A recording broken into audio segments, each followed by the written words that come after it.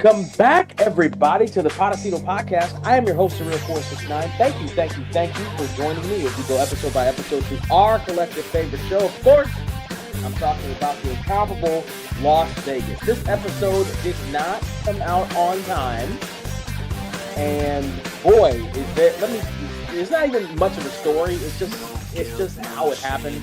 I mean, I guess it is a story. I was coming back after going out to go ahead and upload and edit the podcast and record the podcast. Actually, I was late in terms of being able to get something produced for the week, but I was going to still be able to get it to you on Monday.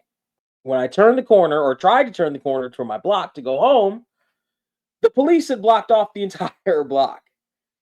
I wasn't able to get home. So I had to just stay away from my computer and stay away from a recording device. I guess my phone, but stay away from my computer, stay away from my recording equipment for like 4 hours or so until close to midnight. And at that point, the mission had been completely lost. But we're here now, and I'm glad that we're here now. And I'm also glad that we're here with a new member of the Podecito crew, who I want to give a shout out to Angie for joining the Podecito crew. And if you want to join Angie on the Podecito crew, guess what you have to do? You go to the Patreon, you go to the Buy Me a Coffee, you contribute to the show, you help the show out is what you do. That's helpful. Thank you, Angie, for joining me on this journey. We are at episode 17, folks, of the season and of the series. This is You Can't Take It With You. This episode aired March 1st, 2004, with an IMDb rating of 7.2 out of 10. A Las Vegas Vegas-the series.com. I keep forgetting the dash. Rating of 3.5 chips out of 5, for an aggregate rating of those two of 7.1 out of 10, aka a C-. I don't know if this is a C- episode. I would rate a little bit higher than that, but we'll get to that when we get to that. This episode was written by Gary Scott Thompson, Keith Kaczorek, and was directed by Greg Yaitanes. Let's talk about Keith Kaczorek for half a second. He really has a very small directorial IMDb. His first thing that he directed was an episode of the MTV show Remote Control back in '87. He also did some Mickey Mouse Club episodes, the all-new Mickey Mouse Club episodes. He did a few of those.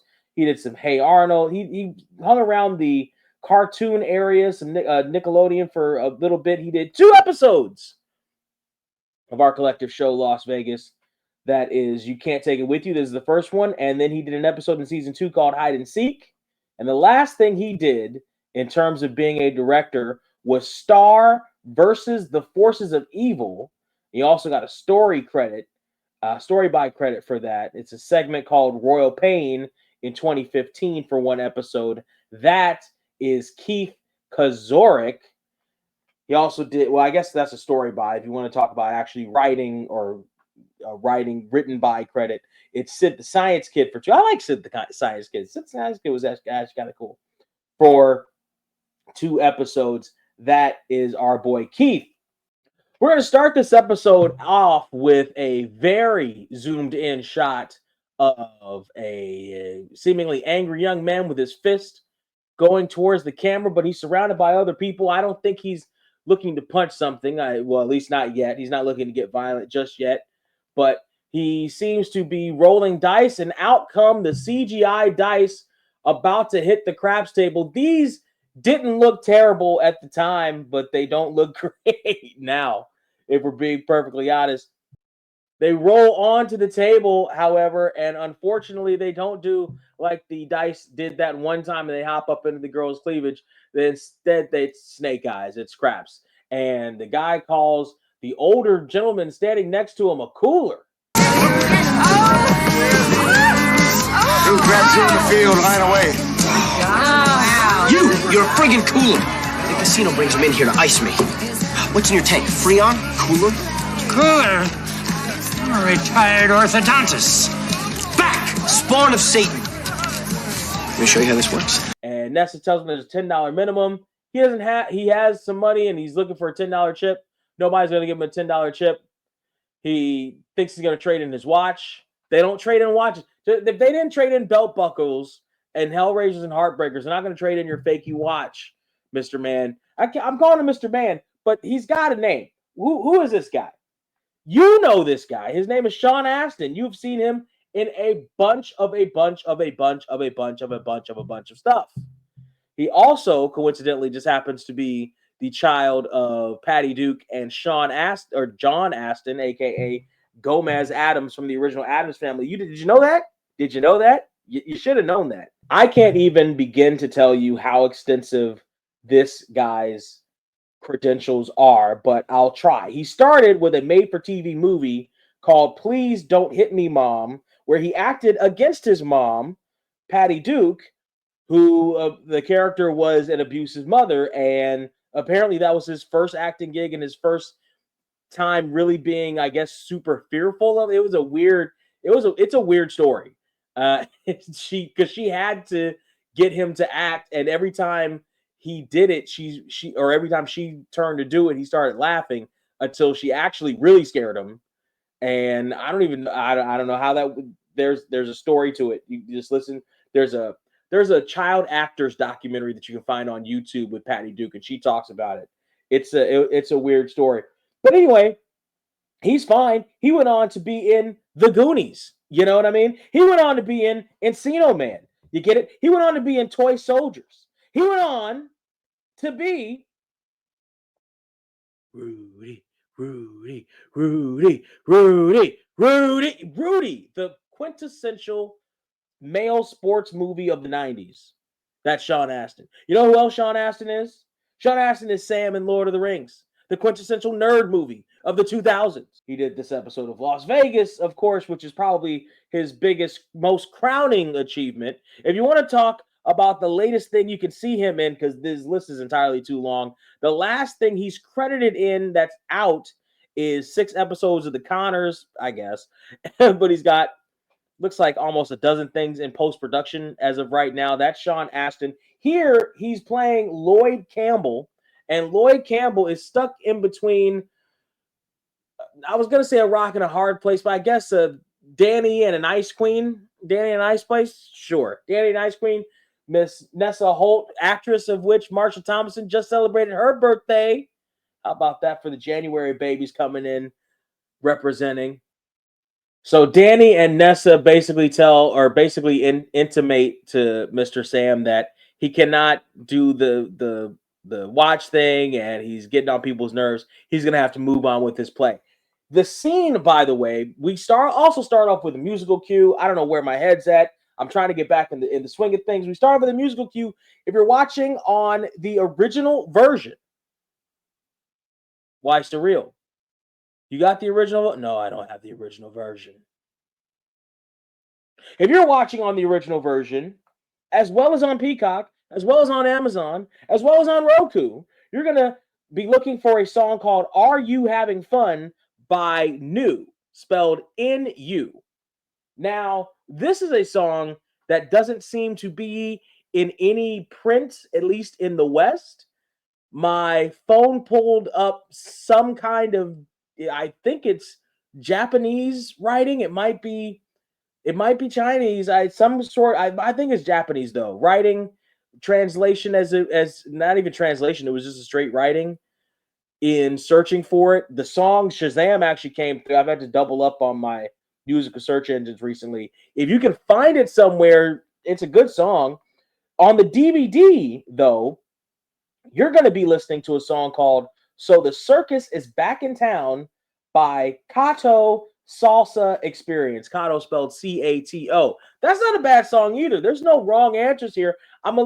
We've seen this before where the DVD is a little bit different. I'm surprised this song made it all the way through all the streaming versions. We're going to see something different about that a little bit later. We see Sam walking into the casino, and she's trying to warn Mike or give a heads up to Mike to be on the lookout for her potential whale who's supposed to be coming in. He's a big Wall Street investor, and she says she's going to try to get him involved in more civilized forms of wagering, and she talks about how she used the jet and the villa to bring him in. But just at that moment, she is asked that she is saved, but it's too late. They already see her. Mike doesn't know what's happening, and here come these two people with these giant bags, big friendly smiles, just hugging Sam to the point where her eyes almost pop out of her head. Mike is enjoying the experience, and we get a little bit of a backstory here. These are the coupon king and queens, as Mike says that they told Mike that they're here to splurge, and he says that they should probably put their money in a safe, and they laugh. No, not money, coupons. You understand? You see, Stan and Helen Pataska.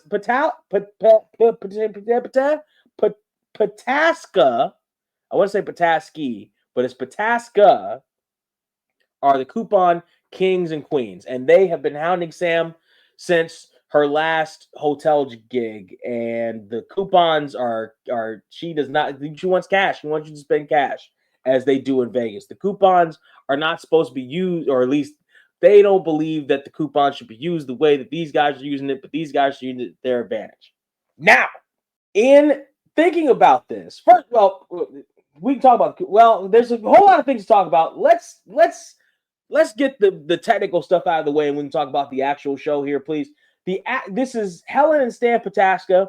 Stan is played by actor Tim Bagley. You've seen him in a whole bunch of stuff. Tim Bagley was born in Minneapolis, raised in Wisconsin and Michigan, which is where that thick Midwestern accent, like you can hear the Midwest in his accent. Now, he may not look it, but Tim Bagley is a dangerous, dangerous man. He once filmed a scene as a TV reporter with a helicopter 10 feet above his head, and the director, Roland Emmerich, called it the most dangerous shot he'd ever shot in his life. Basically, he probably almost could have got his head chopped off at the hands or the feet there of the helicopter. That's Tim Bagley. He's a tough SOB. Tim Bagley's been around for a while. You've seen him in a whole bunch of stuff, including some Christopher Guest movies, etc. He started in something called Mistress in 1992 as Mitch's singing student. Not long after that, you remember him from an episode of Seinfeld as manager. Not long. 10 years after that, he's here in this episode as Stan Pataska. I know him most, and you probably do too, from another semi-in-universe show, Monk, where he played the other most annoying patient for Monk's psychiatrist, Harold Crenshaw, and he did that for 9 episodes through 2009. So that's where I know him most from. That's where a lot of people might know him most from. But also, he was in a show called Teachers as Toby Pearson for 37 episodes. The most recent thing you have seen him in is 12 episodes of something called Somebody Somewhere as Brad Schrader. That's Tim Bagley. In this show, his wife is played by Jane Lynch. Jane Lynch she usually plays like administrators, sort of tough cops, funny tough cops, funny tough wives. Funny tough is Jane Lynch's usual lane. Although in the Christopher Guest movies, she plays a wide range of people. Her first thing was in Vice Versa with Judge Reinhold in 1988 as Miss Lindstrom. She did something, and I think I talked about this before, where a lot of people either do Monk first and then do Las Vegas, or do Las Vegas first and then do Monk. She did Monk first. She did Monk as Dr. Julie Waterford, and then she did this episode of Las Vegas. She did 4 episodes of Boston Legal. Love Boston Legal. And that's probably where I really first recognized her in, was probably Boston Legal. Although she also did an episode of Psych, and I love that show, Psych. I don't think she ever did anything else. Oh yeah, she was in Glee. You ever heard of that show? No one's ever heard of that show. I think it's some kids doing poetry or something, maybe singing. I don't know. She was on that for a while. She hosted a game show that I tried to get on, but they wouldn't bring me on to. 2.5 Men. She did 14 episodes of that, and actually that may be where I really recognized her first or most from, was 2.5 Men. She was very funny in that. She did Glee a whole bunch of times in a whole bunch of different variations. She was also on Criminal Minds as Dr. Reed's Spence Reed's mom for quite a few episodes. She did 14 episodes of Mrs. Maisel as Sophie Lennon. I hated her on that show. She was such a biatch. I hated her on that show. She did a great job. And the last thing you see her in, latest thing you see her in, is The Bravest Night as Lug, or you could hear her in. It's The Bravest Night as Lug Lug for an episode. But she also did 9 episodes of Only Murders in the Building, and people seem to really like the people who like that show. Really like that show. That is Jane Lynch as Helen Pataska. And you can tell Sam has already had way enough of the Coupon King and Queen. They would like to do this trip in Vegas on nothing but free coupons. They don't want to spend a single dime here. Now, spoiler alert, I don't think they're going to get away with that. They say something about 2 for 1, something or other. So I think they actually did spend some money at some point pretty quickly, but they would like to not spend money. We cut back to our boy Lloyd with his less than $10 to spend in the casino. He's on his way out. He sees a slot machine that says $1 million for $1 into the slot machine, and you can possibly win $1 million. He pulls the handle, which most slot machines don't have anymore. I think some do, and I don't know if they actually do anything. Almost all the slot machines just have the buttons, which is another thing that kind of kills the slot machine experience for me. You can't even really hold anything in your hand. You're just pushing buttons. Lloyd is sitting there, and you could tell that he's just is the last buck. Screw it. Let's just see what happens. Maybe he'll win $1, $5. Well, wait a minute. No, he won more than that. I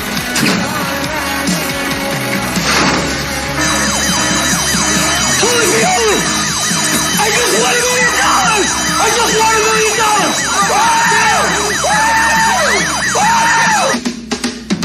So our boy Lloyd just won $1 million, which in today's money equals $1,694,377.01. So Ed is congratulating Lloyd, and we see Greg, the security guy behind Ed, and Mary's there as well. And they say that they're going to make the arrangement for checks, but Lloyd actually wants cash over a check. And Ed says that the casino has the right to distribute any form of payment, which is right. Mary is going to be the catalyst for this. Mary, would you see to it that Mr. Lloyd gets whatever he needs, and I'll make arrangements for the check? Yes, sir. Oh, no checks. I want cash.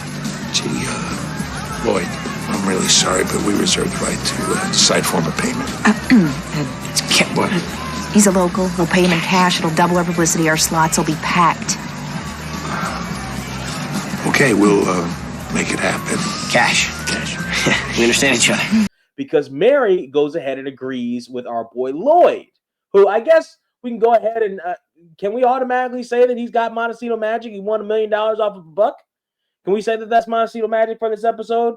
Well, hang tight. Mary says it'll be great publicity, though, in order to do the cash thing. And so Ed agrees to the cash instead of the check. And so Lloyd he's just barely a millionaire, and he says, we understand each other. He's already kind of walking around. Although he was doing that when he only had less than $10 and the fake watch. So we can already see the type of person Lloyd is. So let's just see if the Montecito Magic Fairy, treats him kindly through the rest of this episode. Danny's there as well. And Ed assigns Danny to the task, basically, of babysitting him. And then we hear a voice from behind say, I think it's going to be one of those days, you know what I mean? Edward Melvin DeLine! Melvin? You know her? My mother. Danny's confused. Melvin, and Mary has a confused look on her face, and we see a whole lot of pink, and it's Ed's mother. Oh my goodness. We'll come back to her very, very shortly. Before we get to Ed's mother, we have Sam's potential whale, Mr. Palmer, caught coming through regular valet or regular parking instead of the VIP valet, and in regular checkout instead of the VIP checkout. And he immediately tells her, All comped, including room tax, right? We spotted him at regular check-in. What's he doing there? I don't know, but one of my guys offered to take his bags. He said he doesn't hand out tips for nothing. Don't sound like a whale to me. See about that. Mr. Palmer. Yeah. Hello, I'm Samantha Marquez. Oh, yeah, of course. Thanks for sending the jet. Of course. Certainly not the way I'd run a business, but So would you like me to walk you right over here to VIP services? Joey's gonna grab your bag, Joey. yes, ma'am. It's complimentary, of course. Gratuities included. Okay. Okay. everything that Sam offers him, he almost shuts down in an almost autistic way. Like, he almost shuts down from the idea of having to pay any money to have anything done for him. And he has this almost semi-dopey look on his face if you pause in the right moment. But Sam has to tell him that it's going to be complimentary, gratuities included, and then he goes on his way. So this guy, off the top of my head, immediately, especially with the way I see things now, I don't like him. I hate this kind of millionaire who's this much of a cheapskate about absolutely everything to absolutely everybody else around you, that for sure was nowhere near as lucky as you were to get to where you are. You're so cheap. How cheap is he? He's so cheap. He doesn't want to tip the valet. He doesn't want to tip the guy who's carrying his heavy bags. He would rather, looks like, I'll give him the benefit of the doubt and say mid to late 50s. He would almost want to throw his back out pulling his own stuff as opposed to this guy. You're a multi-millionaire. You're on Wall Street all the time. I don't like him. Let's let the dealer shuffle the deck for a second and we'll be right back. Okay, I'm your amigo. Okay, I'm your amiga. Let's dance the night away until our bodies got fever. You're listening to Bundeswing by 1989 TRE. If you like what you're hearing and want to hear more, hear it again, or both, just go to Spotify and search 1989 TRE, all one word. That's 1989, the letters TRE. More drinks, tequila, more memories needed. We're gonna live in the moment, como esta noche para siempre. My life is crazy, just like a movie scene. I've been so many places and seen beautiful things, but my mind is captured by this beautiful queen whose dances got me. But we cut back to Ed and Lloyd and the presentation of the cash to Lloyd with the media there. That all happened very quick. Mary's there as well, and the media is there to present the newest millionaire, Mr. Lloyd Campbell, and we whoosh through the camera, through the airwaves, through the satellite on top of the presume it's a trailer. Yes, it was a trailer, into one of the trailers, and we see a woman getting kissed down, a blonde woman getting kissed down by somebody, and she hears the name Lloyd, and she pushes her lover off of her.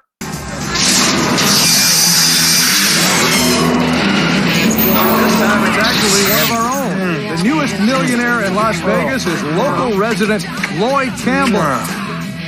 Lloyd! Lloyd, where? Sneaky son of a bitch. I hope you freaking die!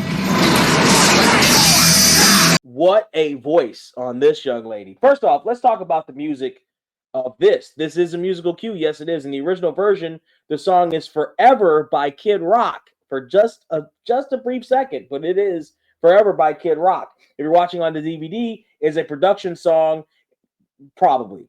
Nothing I had could pick it up. And if you're watching on any of the streaming services, it's a different production song. The spirited young lady that we see in this scene is played by an actress named Nikki Acox. Nikki Acox's first role was in Weird Science as Tammy. Ironic enough, because in this show, her name is also Tammy, but spelled with an I this time instead of a Y. She was also in a show called USA High, which is a terrible show. It's awful. It is the worst. So in terms of it was basically a TNBC type show. You know, the teen high school shows, sitcoms that were popular in the 90s. You had the king of it was Saved by the Bell. The copy of that was California Dreams. And then there were copy after copy after copy after that. City Guys, which is also pretty good. Hang Time. You had a copy, One World. You had copies after copies after copies. USA High was a copy of the worst copy and straight to USA Network. It was awful. I hated that. I hate that show. It's on YouTube. Find it. It's atrocious. But she did a couple of those shows. She also did an episode of Boy Meets World. She did Ally McBeal, CSI, Dark Angel, Twilight Zone, Family Law. She did a couple of things. She had a nice little career. She flourished with 5 episodes of Supernatural, Law and Order. She did 12 episodes of Cold Case as Christina Rush. She did some TV movies. Nikki A. Cox's last role that you could see her in was in a movie called Dead on Campus in 2014, where she played Danielle Williams. That was her last credited role because, you see, she left entertainment, and it turns out she was diagnosed with leukemia in March of 2021 and passed away a little over a year later in November of 2022. Nikki A. Cox, the performance that she gives here, you can see that she definitely has a lot of talent. The fact that she wasn't a bigger name tells more probably about the industry and just how saturated it can be, especially for an attractive woman, an attractive blonde. Everybody wants to be a blonde. Although she did do 20 episodes of Dark Blue, which is probably the most consistent work that she had. I've never even heard of Dark Blue, though. But she's good. She's really good in this episode. She's really good in this episode. And we just get a glimpse of her. She might be the breakout star of this episode, if we're being perfectly honest. And she's holding her own against some heavyweights that she's in some scenes with. So we cut back to the presentation. And Ed tells Lloyd that for his own protection, he's going to be under watch so that he can get the cash to a bank. I can escort you there. Who's the Clyde? Clyde? Interestingly enough, you know what a Clyde actually means? So we know that Clyde is a name, but Clyde means a couple. They actually have some origins. So in Scottish, the name Clyde is Scottish for warm or friendly. In Greek, it's keeper of the keys.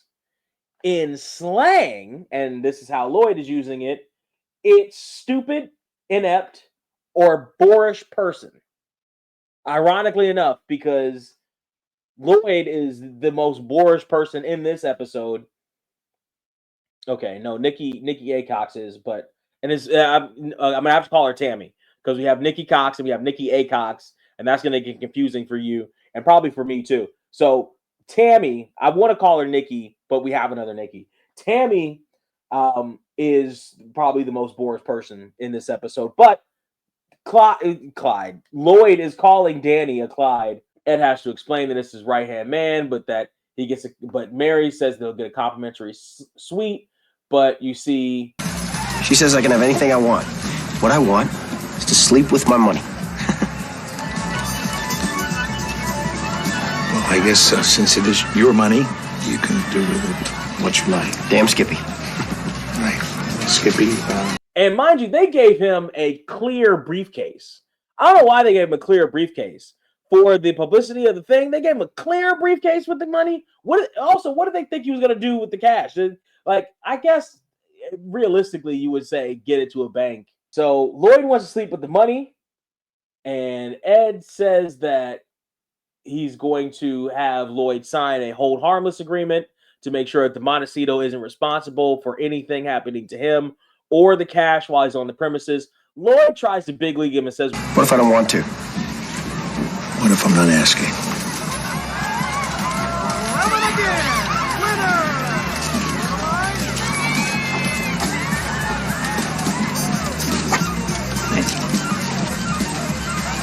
Yeah, Ed, good. You should ask that. You should tell him that. Because and also casinos are not going to they're probably going to have you sign that just to cover themselves before you even get anywhere near the cash, if we're being perfectly honest. So Ed is left alone while Lloyd is escorted to his suite. and Ed is speaking with Bet, and this is a weird cut because Danny actually left with Lloyd to go to his suite, but in the very next scene, Danny is with, or should I say Ed?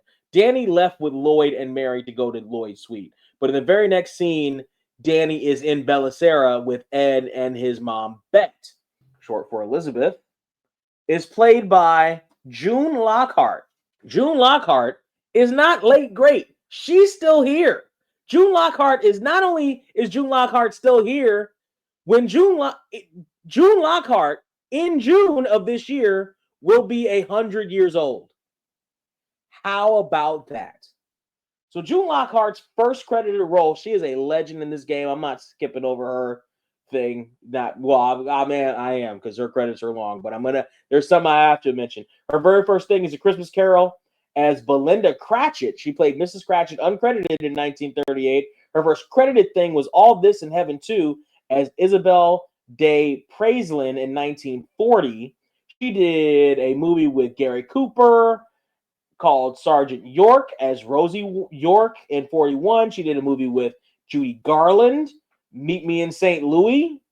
If you watch Looney Tunes, you've heard that movie referenced. Son of Lassie in 1945 as Priscilla. That would not be her last time dealing with that dog who talks about wells to people. She was also in a movie with Lucille Ball and Van Johnson called Easy to Wed in 46. That the names, the star power of the names that she was in scenes with, and it doesn't get any smaller. Oh no, now we go back to her Lassie roots. Yes, that is Timmy's mom. June Lockhart isn't just Big Ed's mom. That's Timmy's mom in the black and white Lassies. Yes. Ruth Martin, she was with Lassie, the Lassie organization for over almost 210 episodes, a couple of movies. She was knee deep in the Lassiness. She then does another legendary thing where she is in Lost in Space for 84 episodes. Lost in Space sparked her love of space, and since then she's been in a whole bunch of different space shows and movies, including playing the grandma Lloyd in space. Her last credited role as of right now is in an episode of Lost in Space. I guess they're doing did another Lost in Space as Alpha Control for the voice. So she did the voice of that. She did this episode of Las Vegas. But yeah, June Lockhart, after that, she became big into space. She loves space, and she's anytime she can have anything to do with it, she will. Somewhere around the 80s, she did an episode of Magna P.I. Magpie, the original, with future Las Vegas star Tom Selleck. Yes, that is the legendary June Lockhart. Here she's playing Bette DeLine, a.k.a. Ed DeLine's mama. Mama DeLine. Danny is fascinated with the fact that her name is Bette DeLine, but only after, realistically, she just slices Danny to bits. Oh, the pretty boy whom Delinda dated then dumped. Oh, no, she didn't dump me. It was more of a mutual I pictured you as more muscular. That's not really dissing. That's old person note filter off. That's what that is. Old people have a tendency, they lose their filter, or they don't care. And whether that's voluntary or not, because listen, I'm not even old. Like, I just had a birthday, but I'll thank you to not call me old. And my filter, I still have the filter, but I definitely see the remnants of, you know what, I don't even necessarily want to give you the courtesy of filtering what I'm thinking right now. So I get it. I can see it coming. I'm not going to say I would be Bette DeLine, but I can see that coming. Delinda shows up and talks about how she knew Grandma was coming into town, but Ed didn't know, even though he had eyes and ears everywhere. And matter of fact, the whole family knew that Grandma was coming to town, including Jillian. Where's your mother?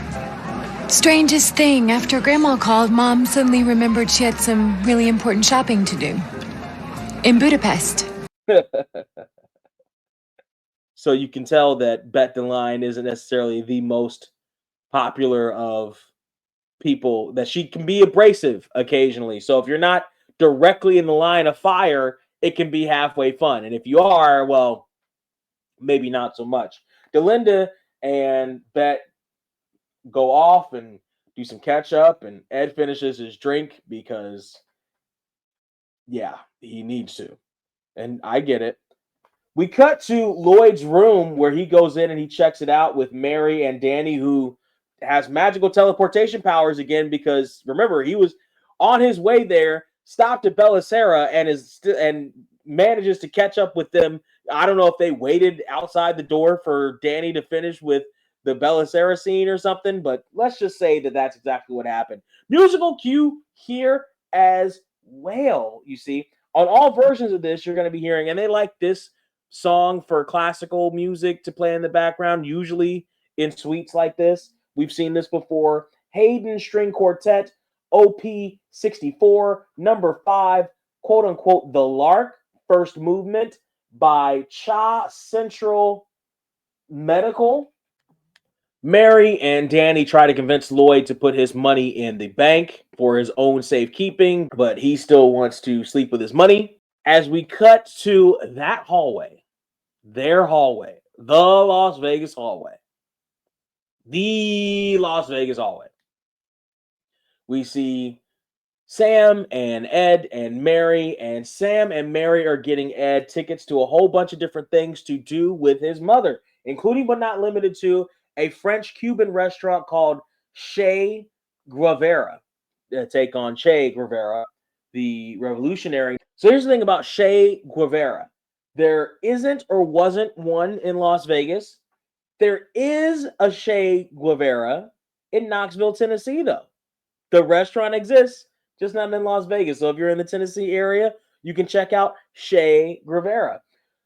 Mary gets some tickets for a Japanese exhibition, the Matsuki exhibition. I couldn't find anything to say that it was in Las Vegas in 2004, but it was there just this past October. So, oh, and they get him tickets for an opera, Don Giovanni. Couldn't find anything to say it was in Las Vegas in 04, but it was in Las Vegas in 2005. Look at Las Vegas. Look at Las Vegas. I'm sure I'm giving them entirely too much credit, but sure. Ed seems taken aback by this, not necessarily out of gratitude, but just the seemingly long evening he's going to have with his mother. I don't know that he necessarily enjoys opera. He certainly doesn't enjoy putting on a tux, and he tells the ladies, Well, I want to thank you both from the bottom of my heart, and I promise you I will not forget it. As far as I know, Hey, do you mind me asking why you're so nervous about your mom being here? Yes. Okay. And again, what can I say to you two? Thank you so much. Really, okay? Really. Never, ever forget it. So Ed asks about Lloyd, and the publicity's working, the slots are packed, which is another thing. Which is another thing I'm wondering. Like, if I see or I know that somebody won big at a casino, as a with my superstition, I don't know that I necessarily think that I'd be next. You know what I mean? It will feel like, maybe some people think that the luck is there and they're going to try to exploit the luck as much as possible. Sometimes for me, it feels like I wouldn't try playing that slot again because it's not hitting 2 times in a row. You know what I mean? Like, that's just me. I'm not exactly sitting here on a pile of money I won at casinos. So you can go ahead and feel free to ignore me if you'd like. Danny is outside with 2 armed guards for our boy Lloyd's winnings that he is still deciding to sleep with. But the armed guards are standing out, but we hear some screaming. Something's wrong. My chest. I can't breathe. Call paramedics. My money. Don't let him take my money. Don't worry, Lloyd. We've already locked down your suite, okay? But Lloyd is being carted off, seemingly from a heart attack. Oh my. The Pataskas are at the casino and they are using coupons to bet. There's a double payout coupon on any $5 bet, no restrictions. They're putting that down and they got the chips. So obviously they are spending money because you can't get chips without money. Well, maybe line of credit, but I don't think the Pataskas are using credit. If they're using coupons, they ain't using credit. And this one's a double payout coupon on any $5 bet, no restrictions. Which we're adding to this one. Yeah. This coupon must be 5 years old. See an expiration date? Didn't think so. So you bet 5 to win 40. Exactamundo. We're on our way to Easy Street. Come on, sister, make it happen. Mm-hmm. Whee! Here's the thing. And I thought to myself, and you've known me here on this podcast for a while, and I've talked about how Vegas has changed and they're nickel and diming you everywhere, and some things aren't the same, et cetera, et cetera. Like, I actually haven't seen coupons for anything in a casino other than the occasional drink at one of the casino bars, and even then it was 2 for $1 for a while. Like, you'll see like they're not really giving out coupons anymore. They're giving out flyers for a show, but I haven't really seen anything in terms of coupons in Las Vegas in years, in a long time. Probably around the time that this show aired in 2004-ish, the mid to late 2000s. However, you can still coupon in Las Vegas. I looked this up. This is not a sponsorship. You can still coupon. I wish it was. You can still coupon in Las Vegas, though. LasVegasAdvisor.com/member-rewards-list. Apparently, you can buy coupons that include gaming coupons, that include stuff like double your $10 bet or your bet and a half or whatever. You know what I mean? Like, you actually lay a paper coupon down on a table at select casinos, and they will honor the coupon. So the Pataskas are still in the game today, if you can believe it. Now, here's the thing. They still got to win the game. So Danny is at the hospital, and he's trying to get information on Lloyd, and in comes this young doctor with the goatee, and he says, "I'm sorry, Lloyd's dead." Now, mind you, Danny didn't ask the doctor first for information. He asked the nurse at the station first. And the nurse is right there. She doesn't leave when this young guy comes over and introduces himself as a doctor. Keep that in mind. But the guy says that Lloyd is dead. Why don't you take a little break? Yeah, that's a good idea. You go stretch the legs, wash the face, refocus. There you go. I assume you're interested in large amounts of money. It's Vegas, who isn't? If you like the podcast and you want to help support it, you can send a Cash App, join our Patreon or Subscribe Star, or buy us a coffee. Just search The Podecito on all those platforms.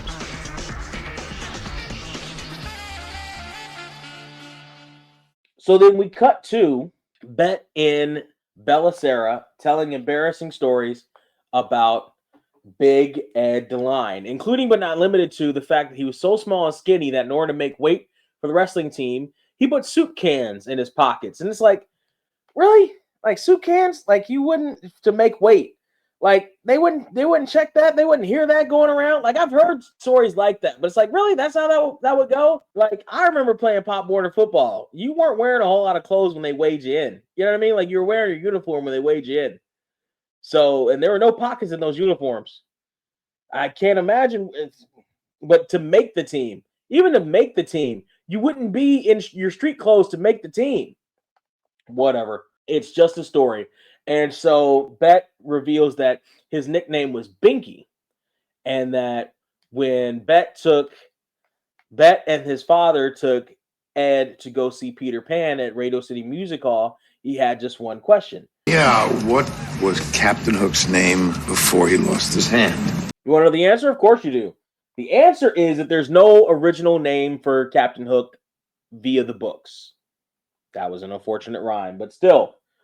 However, the unfortunate rhyming is going to continue because the author of Peter Pan, it's believed, based Captain Hook on a Scottish pirate named James Cook with a C.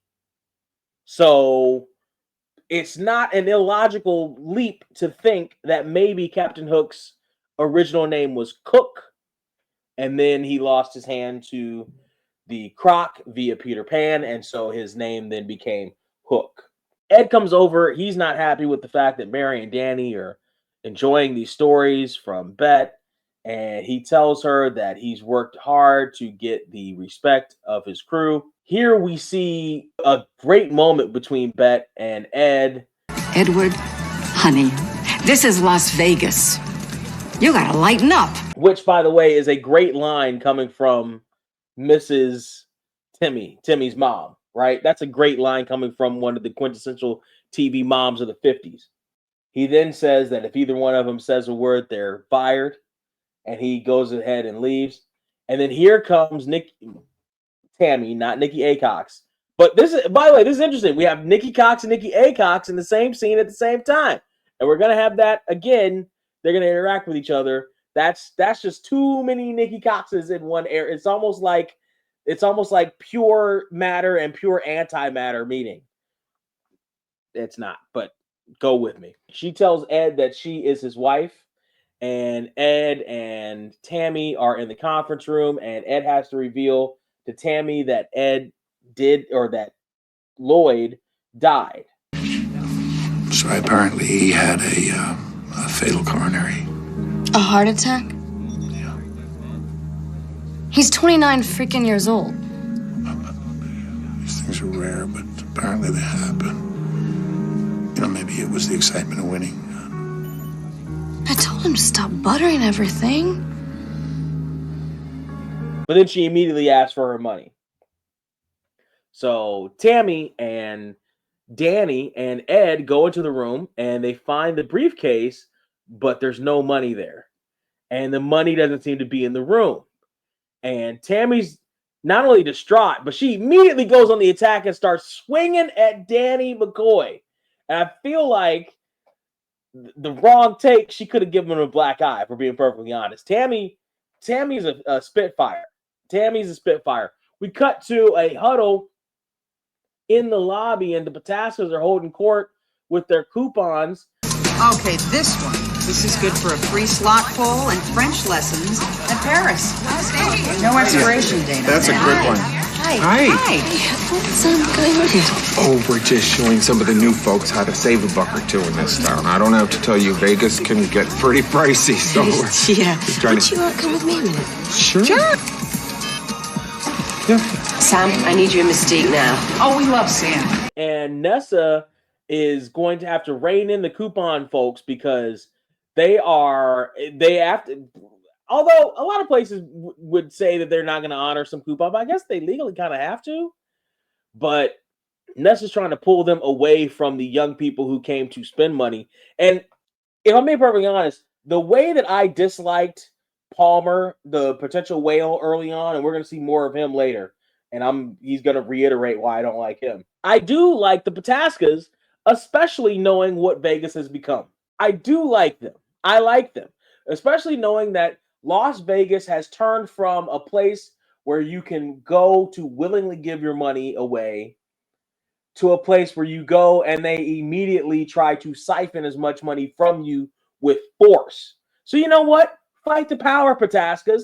Fight the power. We cut to surveillance, and they're checking back on the tapes of Lloyd in his room, and there's no way that he could have gotten the money out of there except maybe with a money belt.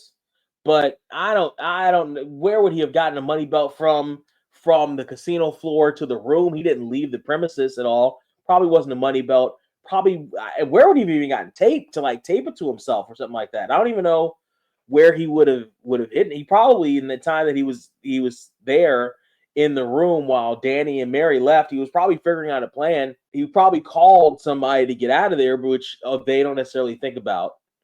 But I'm sure he called somebody to help be his accomplice to get him out of there. As a matter of fact, I know he did because I've seen the episode.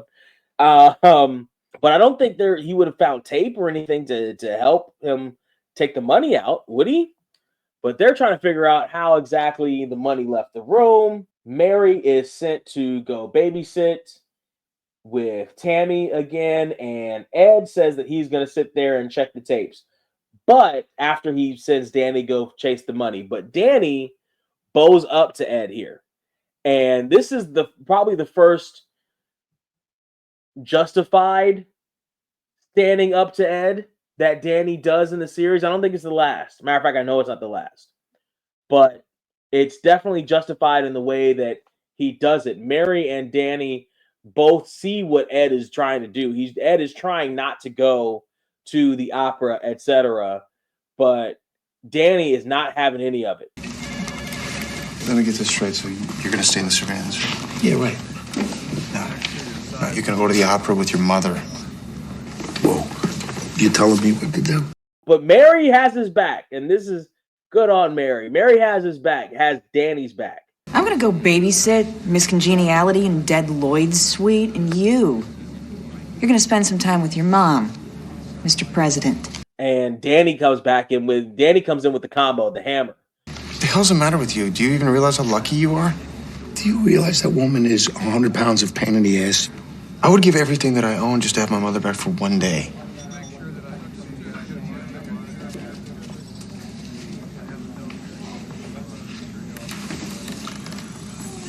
You excuse me? Danny had to play the card. That's a hard card to play. That's a tough card to play. And it works on Ed, especially because Ed his father's already passed. So he knows. He knows. And anybody who's lost their parent, they know what that card is. And Danny knows what that card is because he lost his mother, obviously. So that was the right card to play in that moment. And then the mood gets lightened up again. Hey, Mike, it's Danny. Make sure Ed gets some limo. Thanks. I've never seen him like this before. Poor Binky. Yeah. And the look on Mary's face. Oh, that girl. She's so fantastic. Nessa, the other, one of my other favorite queens of the Montecito, is there with Sam. And the Pataskas are in Mystique, and she is trying to get Sam to do something about these Pataskas because these coupons are driving her crazy. There's too much free money leaving, and there's nothing that Nessa can do about it. But Sam has figured something out. So she goes over to the Pataskas, and she is going to give them insider coupons. Now, this scene is really good because you can see more of the comedic chops of Sam here playing against Jane Lynch and Tim Bagley, who have made their careers doing comedic spots. So she sneaks over. She says she's going to give them the insider coupons, and they start freaking out. And my favorite part of this is when Sam says, You two cannot tell anybody. We won't. No, we I won't. gave you these, and it has to be our little secret. You gave our word. Absolutely. Okay, it's fine. Thank you so I'm not going to say it again. that is a great Sam moment. That's a fantastic Sam moment. I love it. I love it. And she leaves the Pataskas onto their own whims because those insider coupons aren't for the Montecito. They're super excited. But wait a minute, Mr. Palmer's in Mystique, and he overheard that. What does that mean? So Tammy asks Mary what it's like being the Montecito's in-house hoe, which, listen, Tammy, you're not too far off. Mary used in the pilot she was. She's not now. Now she's the event coordinator. In the pilot she was, though. But this is the scene. This is the first scene where we get Nikki Cox and Nikki A. Cox together, just Nikki coxing it up. Or maybe it's not matter and antimatter. Maybe it's both matter and more matter together because they're both attractive. They're both good with comedic timing. They're both great actresses. That's a great moment. They should be a tag team. So Tammy says there's something about Lloyd that she just finds absolutely irresistible. Danny is back at the hospital, Clark County Memorial Hospital, and he's trying to find out more information on Lloyd, who would have died a couple hours ago. And the nurse says that no one's died in the hospital in 24 hours. Danny says that's impossible. Danny, don't tell that to Dr. Cox from Scrubs. I remember one time where Dr. Cox almost got a perfect record. almost had a perfect game. He almost had it 24 hours where nobody died on his shift in intensive care.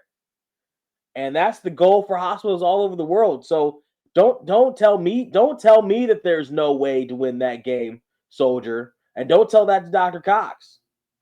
But anyway, Danny asked for more information. He is told that Dr. Barnes is right over there, the doctor who signed the death certificate. But this isn't Dr. Barnes. This is a black man. The guy was white and blonde with a goatee. This guy doesn't have any of those characteristics at all. So what exactly is going on? So the wife with Mary and Sam and Danny are telling the crew about Doc, who might have been the person that Danny talked to originally at the hospital. You see, Doc and Lloyd both work at the same hospital doing low-level jobs. I think Lloyd is a janitor and Doc worked at the morgue. Oh no, he's an orderly. Doc is an orderly there, but he got kicked out of medical school for selling cadavers. So Danny is asking where Doc or Lloyd might be. Tammy has already figured it out. They're at some sleazy motel.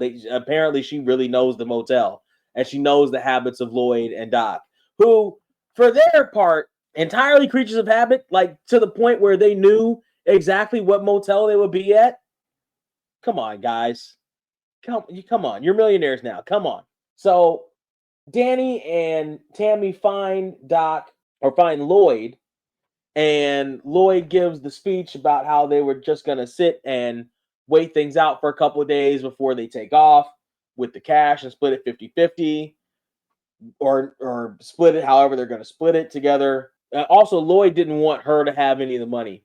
They fight, and matter of fact, it's almost a fist fight because, again, Tammy can't control herself, and Tammy very quickly decides that she wants to rip Lloyd's face off. And she reaches for poor Lloyd, who's able to barely get away, but he is able to get away. Lloyd says that he's not stupid enough to let Doc just run off with the cash. But unfortunately, yes, he is. So while he thought he was getting away from the spotlight after he was quote unquote made a big deal on TV. By the way, he was made a big deal. They did the local news reports because he wanted it in cash. Had he just taken a stupid check, they might have taken his picture and put it in the lobby. And it might be there for years. And by the time he's gone already. Because I think I've seen like one or two of those where it's like, oh, somebody won big at this slot machine at one of the casinos somewhere. But it was on some sign somewhere to keep you from going to a darkened part of the casino that they weren't playing games at the moment. You know what I mean? Like it was just another random sign that you ignored most of the time, and the picture was bad. So Lloyd's not a smart man. He said he was waiting for the hubbub to blow over, but Doc was going to gas up the car right now. But Lloyd had the briefcase, except the briefcase is full of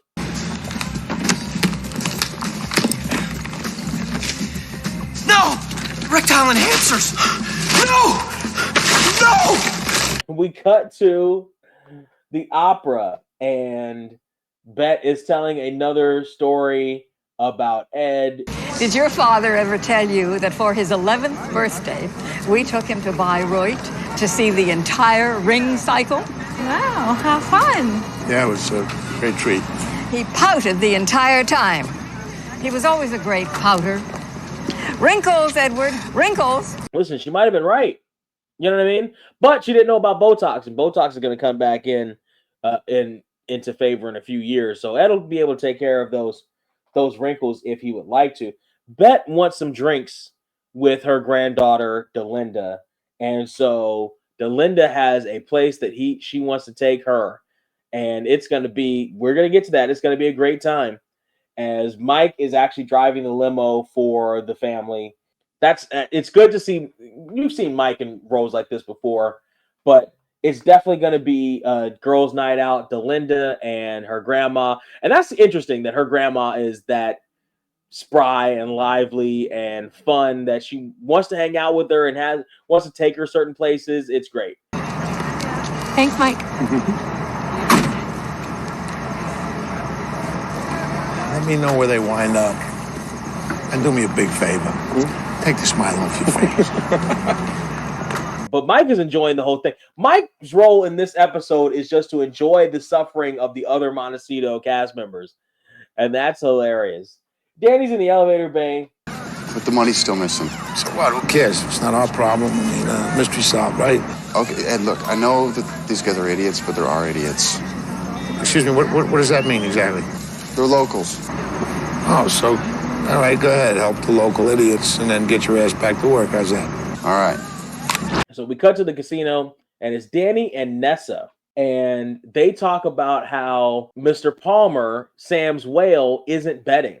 He's just been circling the tables, hasn't nibbled at the bait at all. Basically, he's leaning into Brunson territory, only he's not necessarily as outwardly rude about his not wanting to bet. So Danny and Mary are in the hallway. Danny, do you believe that certain people deserve each other? You want to talk about us now? Not us, Danny, them. And although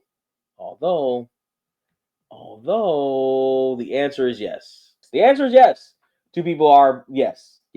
So they cut into the room, the San Isidro suite, and it sounds like they're fighting, but they're not. This is the second time that it sounded like a couple was fighting that Mary was involved with, and it turns out they weren't fighting. They were doing something else that started with an F. What are you doing? Ow! No! Oh, Hey! That's good. I see you two are working things out. Hey, Charlie! Check this out, man! I'm on fuego! Ow! Cha-ching! Okay, look.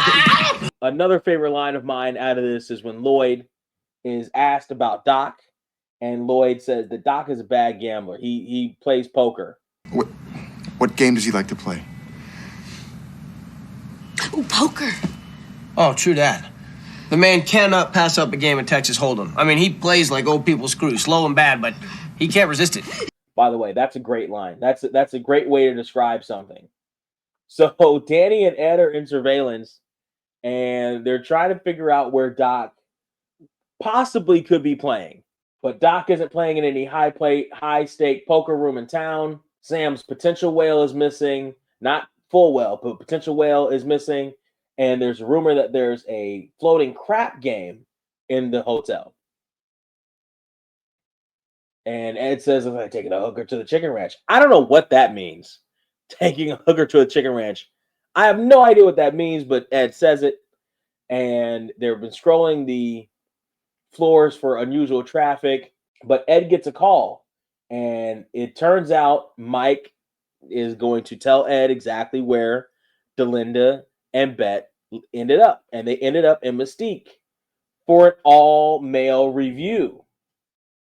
And they open the doors and the all-male review spills out, and Bet just happens to be near the front of this extravaganza, and she's having a good time with all these shirtless men in thongs around her. Hey, sorry for the phone call, but you said you wanted to know where they were going? Where the heck are they? It's an all-male review.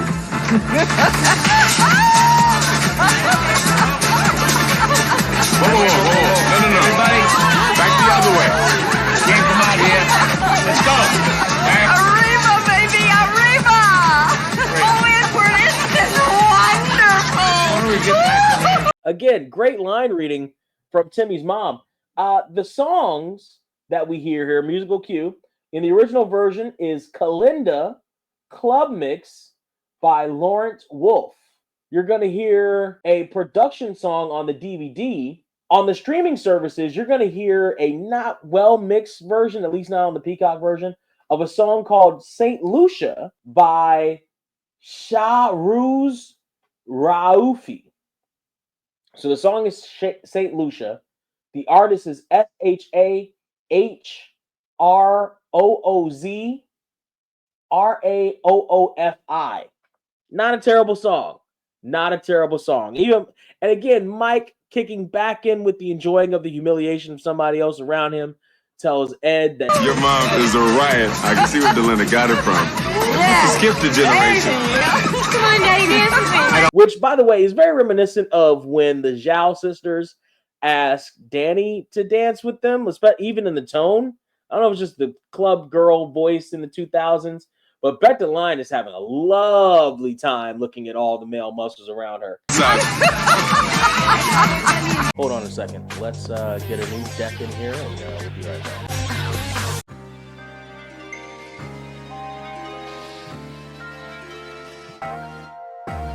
For the freshest and in-depth reactions and analysis of all the goings-on in hip-hop, sports, poetry, and everything else, go to Poetics Reacts on YouTube.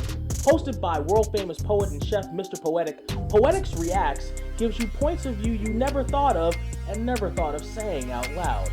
Go to YouTube and search Poetics Reacts or tinyurl.com/PoeticsReacts now. That's PoetixReacts.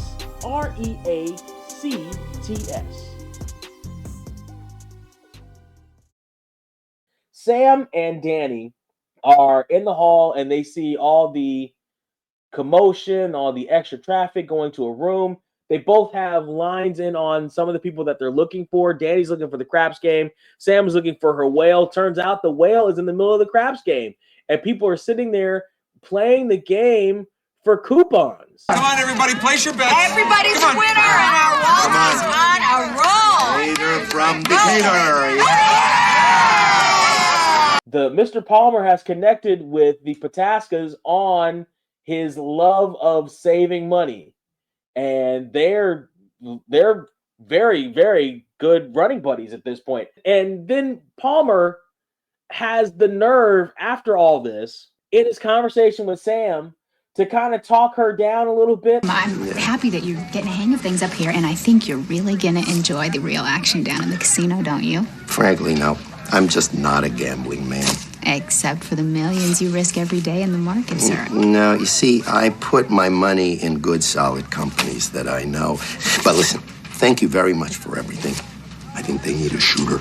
Yeah, you can do all the research that you want to, but anything can happen to stocks. So, yes, you are, in fact, and by the way, there are ways to gamble where you're playing odds and you're kind of looking at different, like horse racing. Again, anything can happen in a horse race, but there are ways you can bet the horses that are based on past performance, lineage, that are based on things other than just, I got a feeling, other than just luck. You know what I mean? You can do the luck thing, but there are also other things you can study so that you can make an informed decision and on where your money's going on that bet or on any other sports bet. There are things you can kind of, by the way, and if there weren't, there wouldn't be odds placed in the first place. Odds makers put all that stuff in there to begin with. Palmer doesn't want to bet anymore, and he's probably going to end up leaving. And the Potaskas give Sam... Now we've got just the thing for you. A free session at the Midnight Sun Tanning Salon on Rainbow Drive. So Sam is just left holding a coupon that she doesn't need or want. Danny picks up the phone for Ed, and turns out that they found Doc in a poker room called Doc Holliday's, a card room rather, called Doc Holliday's downtown. Now, here's an interesting story about this. You see, there's a couple things. So the closest to a Doc Holliday's in Las Vegas would actually be a card room called Doc Holliday's at Paradise Poker Club at 955 Greer Drive in Las Vegas, Nevada. This is an actual place that is actually open. It looks like a business district, but if you do the Google Maps towards one of the other sides, you will see it's an actual poker room, not a casino, but it's a poker room where you can go and you can bet. And there's a place called Doc Holliday's in there. There was a Doc Holliday's card room in Las Vegas, New Mexico. The original Doc Holliday saloon seems to be abandoned. There's no signage. There's seemingly nothing there. It looks near run down. and it's near a pawn. It's in between like a pawn shop and a financial service.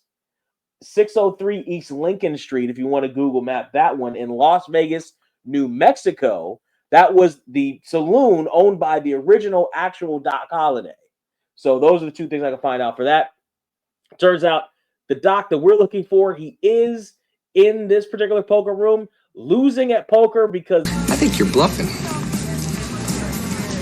You looking at me? I'm all in. Gentleman calls. He's all in. Full boat, my friend. King's over 10. Good for you. Good for you. Good for you. On the river, too, huh? Lucky guy. Like to see you try that 3 times in a row, huh? More chips. The other guy got a full house on the river, which, hey, it happens. That's poker, folks.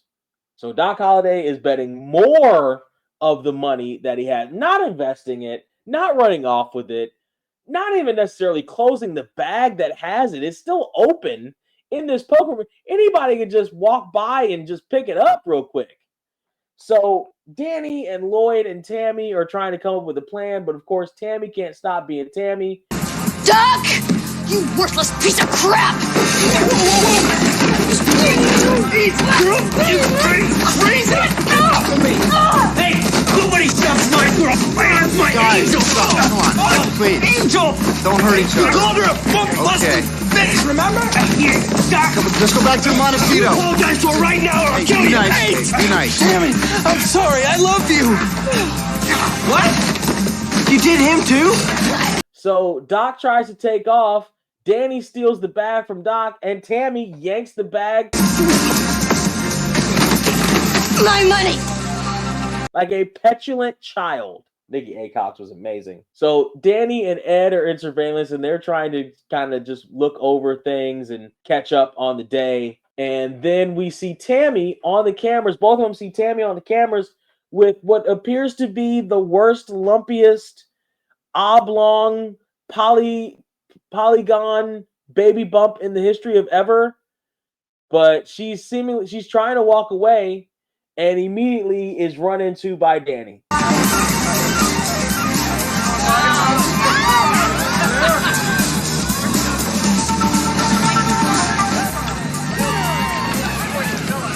She gives all these phony excuses that she wanted to get some ice cream for herself. Up for a late night walk? I just thought I'd go get some ice cream. Why don't you just order room service? That's okay, I'll go myself. You're looking a little chunky there, Tammy. I'm feeling a little bloated. Must be the caviar. Plus I'm PMSing, so... PMSing? Aren't you pregnant?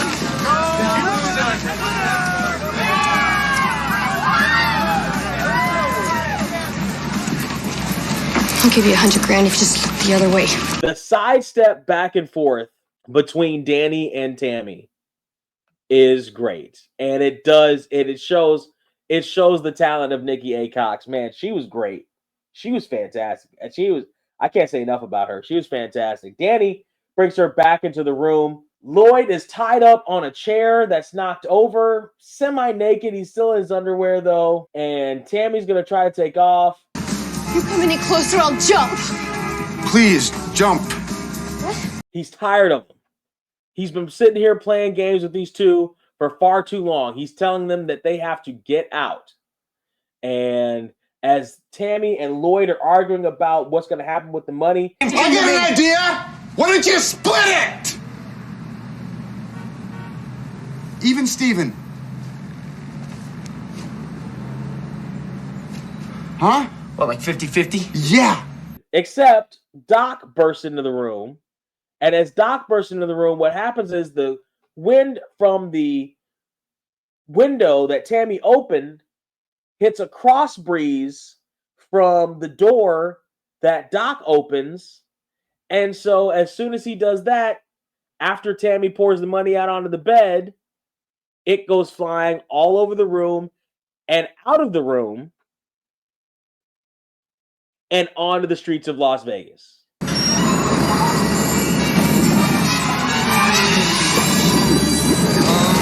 Fly with me, let's fly away. If you can use some exotic booze, there's far in far Bombay. Come fly with me, let's fly away. As this happens, we get the musical cue Come Fly With Me by Michael Bublé on all incarnations of the song, and the facial expressions on everybody as it flies out is priceless.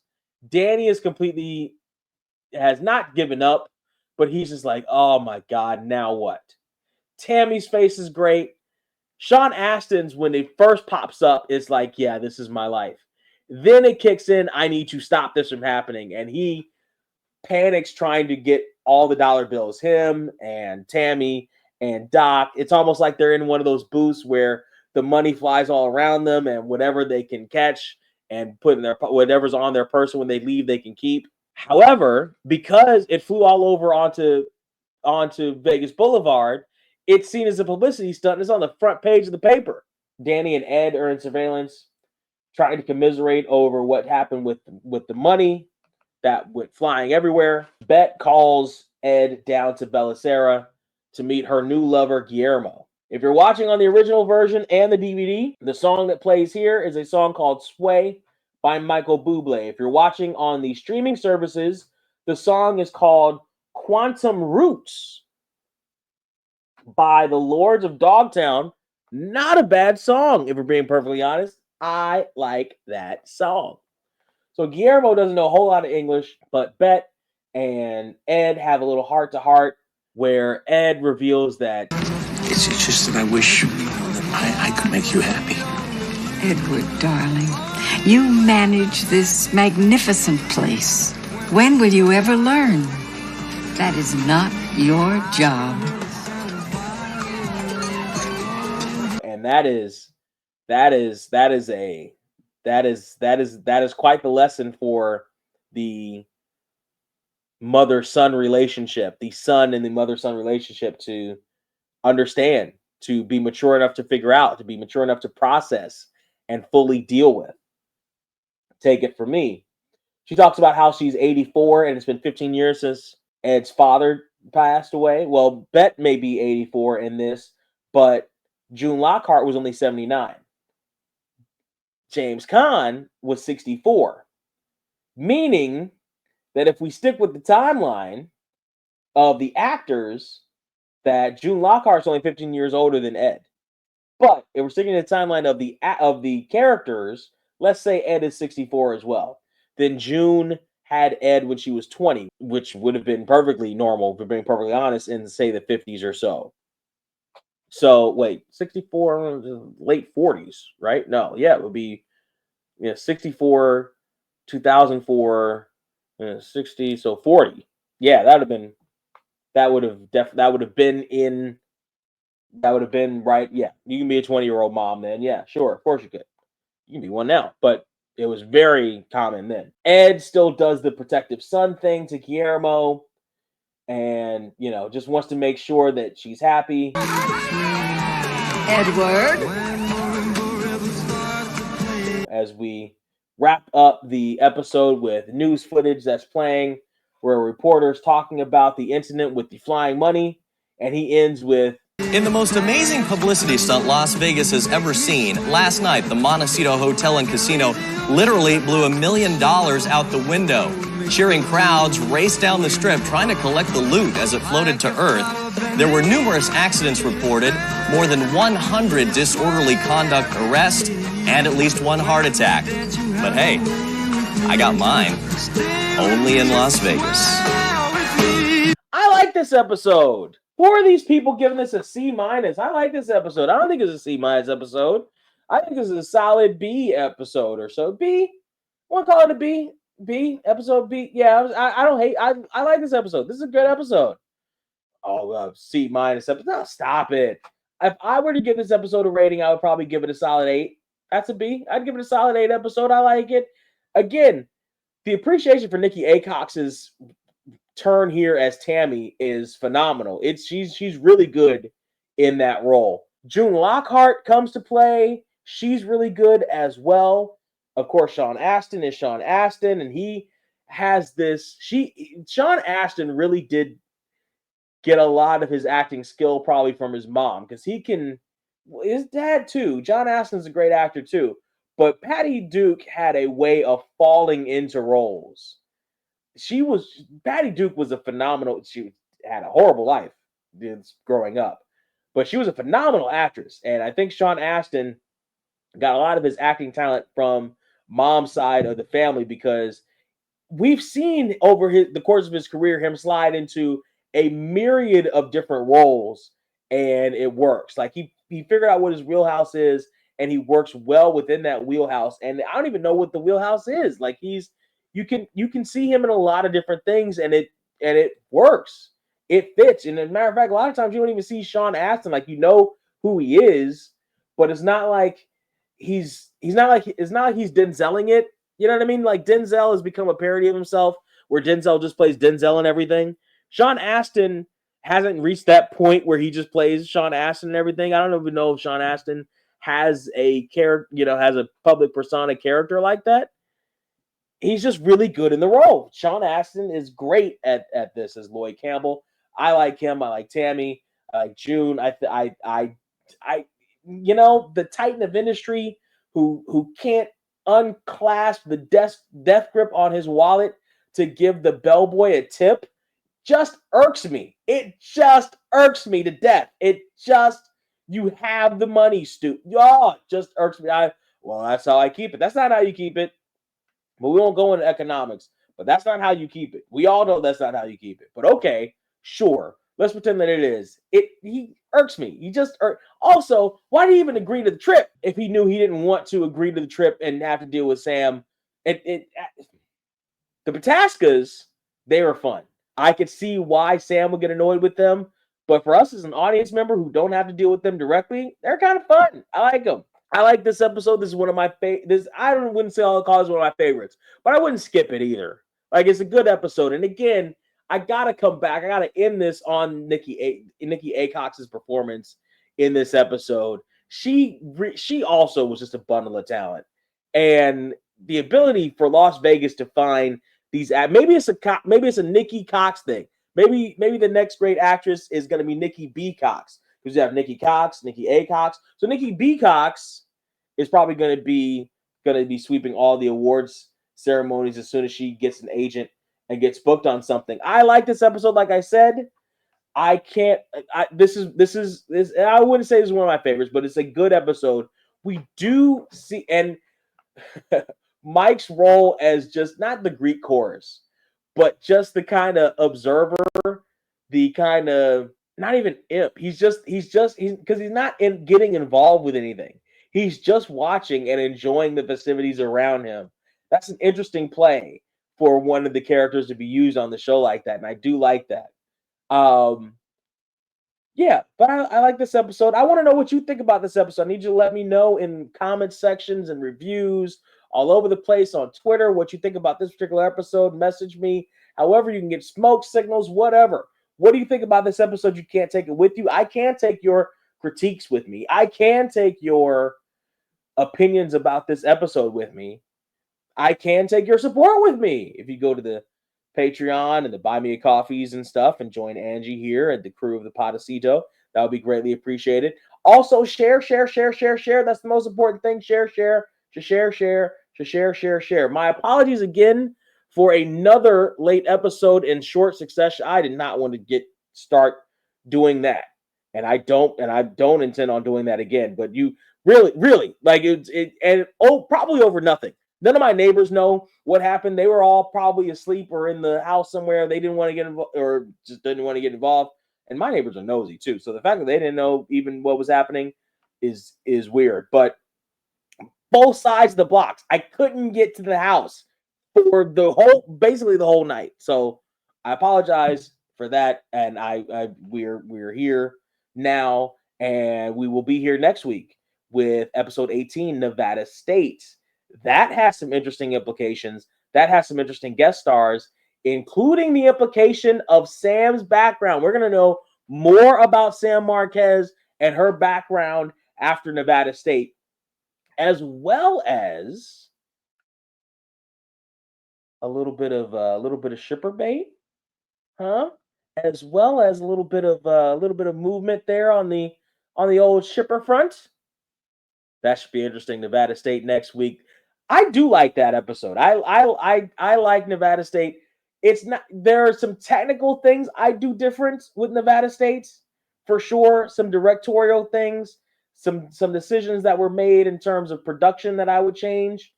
And actually looking back on it and rewatching it, there's some references and jokes that probably wouldn't necessarily fly 1,000% in 2025, but we'll get to those when we get to those, and we will get to those next week here on the Podecito, which will be a short week this week here on the Podecito. Until then, I need you to take as much care of yourself as possible. There is a bug going around out here somewhere. There are natural disasters, fires, hurricanes, all these different things taking place all over the place.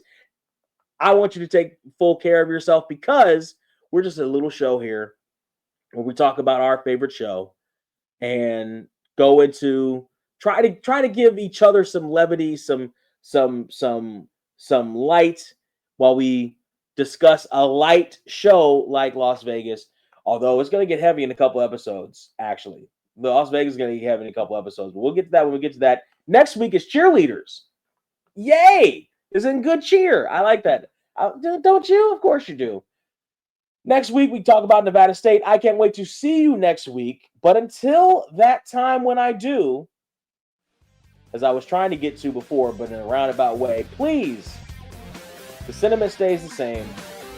As always, take care.